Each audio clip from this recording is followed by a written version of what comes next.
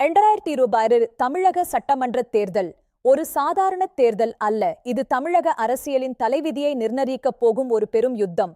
அடுத்த முதல்வர் யார்? தற்போது ஆட்சியில் இருக்கும் முதலமைச்சர் மு.க. ஸ்டாலின் தனது கட்சியின் பலத்தையும் அரசின் சாதனைகளையும் முன்னிறுத்தி களமிறங்குகிறார். திமுகவின் வாக்கு வங்கி இன்றும் வலுவாகவே உள்ளது. ஆனால் 4 ஆண்டு கால ஆட்சிக்கு எதிரான மனநிலை மக்களிடம் இருக்குமா? கூட்டணி கட்சிகளின் நிலைப்பாடு என்ன? இதுவே ஸ்டாலினுக்கு முன்னால் இருக்கும் சவால். மறுபுறம் அதிமுகவின் எடப்பாடி பழனிசாமி கட்சியை தனது முழு கட்டுப்பாட்டிற்குள் கொண்டு வந்த பிறகு அவர் எடுக்கும் ஒவ்வொரு அடியும் மிகவும் நிதானமானது. கிராமப்புற வாக்கு வங்கியை தக்க வைத்துக் கொள்ளவும் அதிமுகவின் இழந்த பெருமையை மீட்டெடுக்கவும் இபிஎஸ் வகுக்கும் ரகசிய திட்டங்கள் என்ன?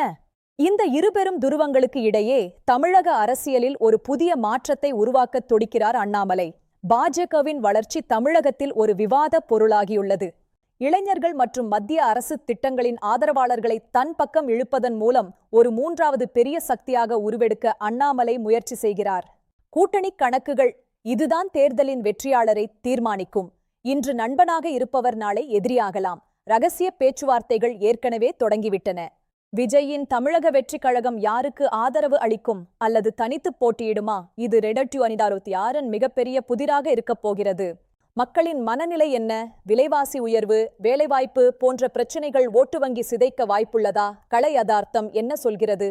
வாக்காளர்கள் இப்போது மிகவும் விழிப்புணர்வுடன் இருக்கிறார்கள். வெறும் கவர்ச்சி திட்டங்கள் மட்டும் அவர்களை கவர்ந்துவிடாது என்பதை அரசியல் கட்சிகள் உணர வேண்டும்.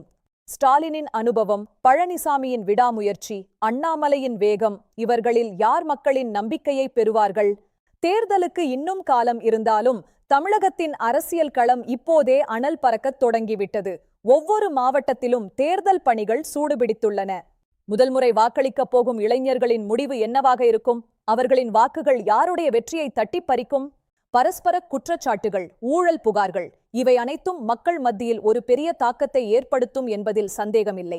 இரட்டை இலையா, உதயசூரியனா அல்லது தாமரையா? தமிழகத்தின் பாரம்பரிய சின்னங்களுக்கு இடையே ஒரு பெரும் போட்டி நிலவுகிறது.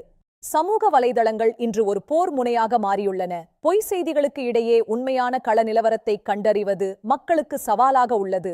டெல்டா மற்றும் தென் மாவட்டங்களின் வாக்குகள் எப்போதும் தீர்மானிக்கும் சக்தியாக இருக்கும். அங்குள்ள மக்களின் நீண்டகால கோரிக்கைகள் நிறைவேற்றப்பட்டுள்ளதா?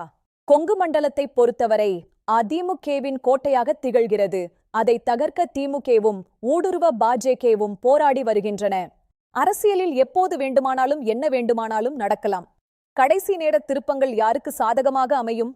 இறுதியில் இது தர்மத்திற்கும் அதிகாரத்திற்கும் இடையிலான போராட்டமா அல்லது வளர்ச்சிக்கான போட்டியா? மக்கள் முடிவு செய்வார்கள்.